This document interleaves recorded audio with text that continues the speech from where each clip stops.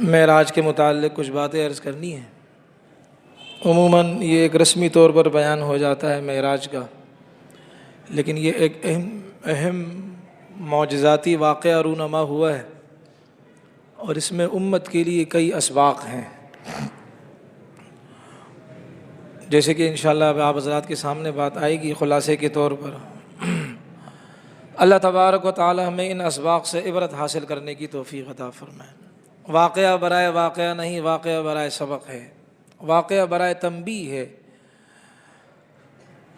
تو ان واقعات سے، جیسے کہ انشاءاللہ آگے آپ کے سامنے بات آئے گی، عقل مند لوگ جب عبرت حاصل کرتے ہیں تو اللہ تبارک و تعالی انہیں ناکامی سے، نامرادی سے محفوظ فرماتے ہیں۔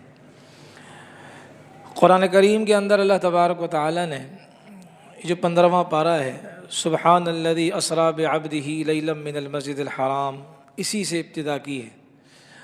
اللہ تبارک و تعالی فرماتے ہیں، اس کا مفہوم یہ ہے، پاک ہے وہ ذات کہ جو ذات راتوں رات اپنے بندے کو لے گئی مسجد حرام سے مسجد اقصیٰ تک، لیلاً، رات کا بہت تھوڑا حصہ، اس میں اس ذات نے، ذات سے مراد اللہ کی ذات ہے، اپنے بندے، کامل بندے، اس سے مراد جناب محمد الرسول اللہ صلی اللہ علیہ وسلم کی ذات اقدس مراد ہے کہ ان کو لے گئے اللہ تبارک و تعالی۔ عموماً جب معراج کا معاملہ آتا ہے، یہ بات آتی ہے، تو اس میں دو سفر ہیں، ایک زمینی سفر ہے اور ایک آسمانی سفر ہے۔ زمین سے زمین کا جو سفر ہے، اس کو عربی کے اندر اسراء کہتے ہیں، اور قرآن میں اس کی بالکل صراحت اور وضاحت ہے، جو میں نے آیت پڑھی ہے 15ویں پارے کی بالکل ابتدائی آیت ہے۔ پھر آگے جو آپ علیہ السلام جو بیت المقدس گئے، بیت اللہ سے بیت المقدس گئے، وہ انشاءاللہ واقعہ عرض کروں گا، پہلے یہ اس کا معلوم ہو جائے معراج کیا ہے، کہتے کس کو ہے۔ تو میں نے عرض کیا کہ دو پارٹس ہیں، اس کے دو پارٹ ہیں، ایک زمینی سفر، ایک زمین سے آسمانی سفر۔ زمین سے زمین کا جو سفر ہے، بیت اللہ سے بیت المقدس، اس کو اسراء کہتے ہیں، اور بیت المقدس سے جو سفر اوپر کا ہے، اس کو معراج کہتے ہیں۔ لیکن ہماری زبانوں پر معراج عام ہے، تو اس سے دونوں سفر ہی مراد ہیں، ورنہ الگ الگ ہے۔ تو معراج اس میں دو سفروں کا واقعہ ہے۔ جو زمین سے زمین کا سفر ہے، بیت اللہ سے بیت المقدس، یہ قرآن سے بالکل صراحت، وضاحت کے ساتھ ثابت ہے۔ اور پھر بیت المقدس سے جو اوپر کا سفر ہے، قرآن کریم کی دوسری آیت میں اشارہ ہے، صراحت نہیں ہے، اشارہ ہے، سورہ نجم کے اندر عند سدرۃ المنتہی اشارہ ہے، لیکن اس کی پھر تشریح کس نے کی ہے؟ نبی علیہ الصلوۃ والسلام نے۔ اور آپ علیہ الصلوۃ والسلام سے نقل کرنے والے 45 صحابہ ہیں، 45۔ یہ جو منکر حدیث ہے نا، جو نبی کی حدیث کا انکار کرتے ہیں، یہ مجھے، آپ کو اور ہمارے درمیان ایسے گھلے ملے ہوئے ہوتے ہیں کہ جیسے ان سے بڑا کوئی صوفی نہیں ہے، اور شک کا انجیکشن لگا دیتے ہیں۔ ارے معراج کا سفر ہوا، نبی علیہ الصلوۃ والسلام آسمانوں پر کیسے چلے گئے بھائی؟ یعنی ان کو انگریز کے کارستانیوں پر یقین ہے کہ چاند پر چلے گئے، اللہ کی ذات پر یقین نہیں ہے، شک کا انجیکشن لگا دیتے ہیں۔ اسی شک کو ختم کرنے کے لیے اللہ تعالیٰ نے شروع میں کیا فرمایا؟ سبحان الذی اسریٰ بعبدہ، پاک ہے وہ ذات کہ جو راتوں رات اپنے بندے کو لے گیا۔ کہ تو رات کو کیسے لے جا سکتے؟ اتنے پل بھر لمحے کے اندر بیت المقدس، مہینے کا سفر، اس زمانے کے اعتبار سے بیت المقدس چلے گئے راتوں رات، یہ کیسے ہو سکتا ہے بھائی؟ اللہ نے لفظ کیا استعمال کیا؟ سبحان، پاک۔ ویسے تو ایک سبحان کا معنی کیا ہے؟ اللہ کے لیے استعمال کرتے تو کہتے ہیں کہ اللہ کی ذات بے عیب ہے، یہ بھی ترجمہ ہے، لیکن یہ اتنا ٹائٹ ترجمہ نہیں ہے۔ ترجمہ کر سکتے ہیں یہ اللہ کی ذات بے عیب ہے، لیکن یہ اتنا ٹائٹ ترجمہ نہیں ہے، کر سکتے ہیں، منع نہیں ہے۔ اس سے زیادہ جامع جو ترجمہ ہے وہ کیا ہے؟ اللہ کی ذات پاک ہے، یعنی سبحان، اس کے معنی آتے ہیں اللہ کی ذات کمزور نہیں ہے۔ جو کمزور ہوتا ہے اسے اسباب کی احتیاجگی ہوتی ہے وہ اسباب کا محتاج ہوتا ہے. میں آپ بھوکے ہوتے ہیں تو ہمیں روٹی کے محتاج ہوتے ہیں, پیاس لگتی ہے پانی کے محتاج ہوتے ہیں, کپڑے میلے ہوتے ہیں دوسرے کپڑے کے محتاج ہوتے ہیں, سلیپنگ بیگ نہیں ہے تو کسی سے سلیپنگ بیگ لیتے ہیں, اس کے محتاج ہوتے ہیں.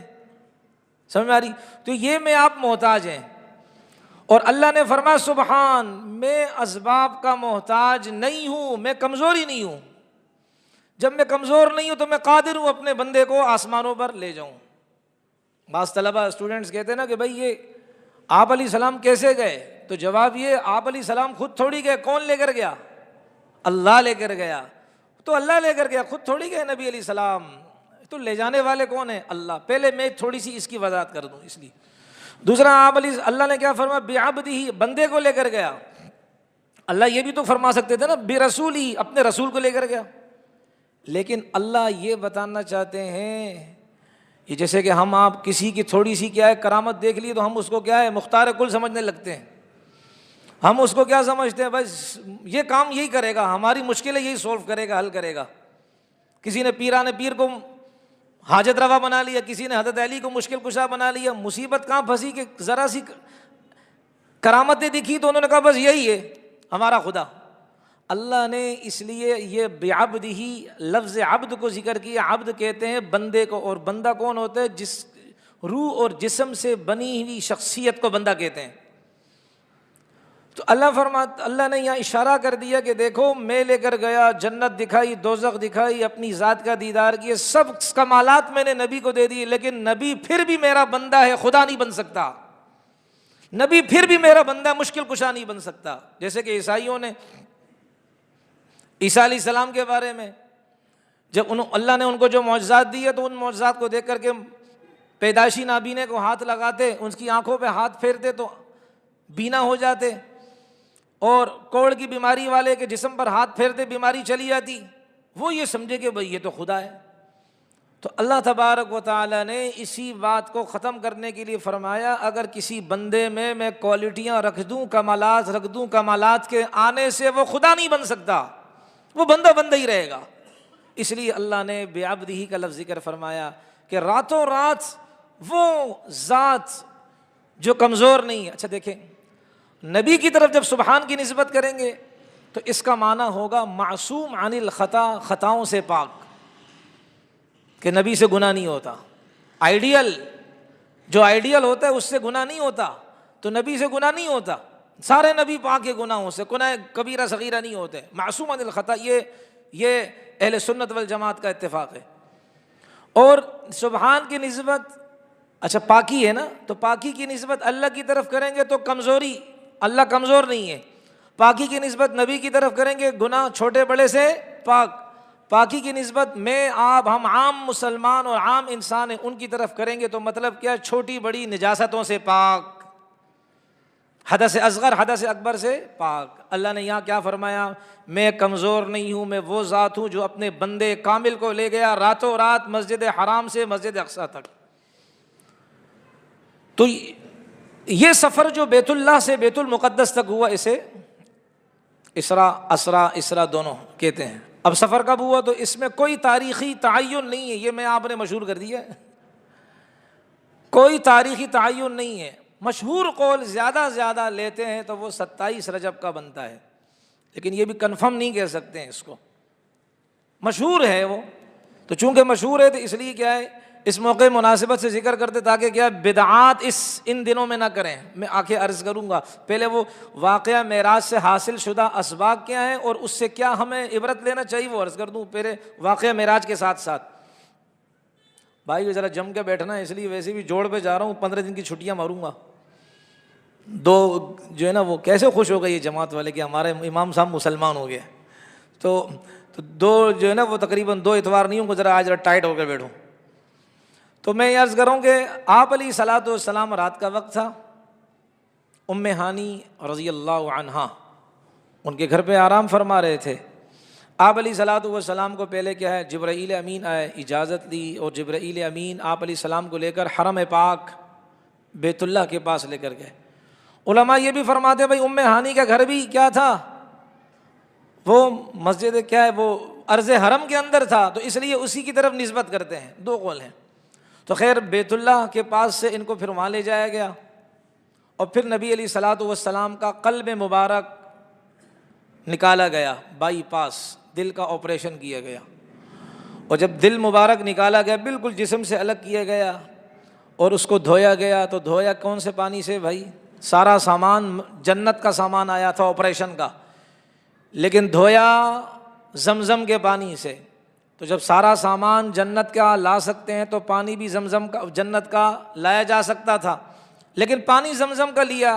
اس سے زمزم کی فضیلت ثابت ہوتی ہے کہ یہ اتنا مبارک پانی ہے کہ جنت کے پانی سے بھی افضل ہے۔ آپ علیہ الصلوۃ والسلام کے دل مبارک کو دھویا گیا۔ اب کسی نے سوال کیا خون کیوں نہیں نکلا؟ ایسے عجیب عجیب دماغ خراب سوال، خون کیوں نہیں نکلا؟ بھائی خون کس کے تابع؟ جسم کے تابع نہیں، خون اللہ کے تابع ہے، اللہ کی حکم کے تابع۔ اللہ نے فرمایا مت بے، نہیں بھا۔ جیسے اللہ نے فرمایا چھری سے کہ مت کاٹنا، میرے اسماعیل کو نہیں کاٹا۔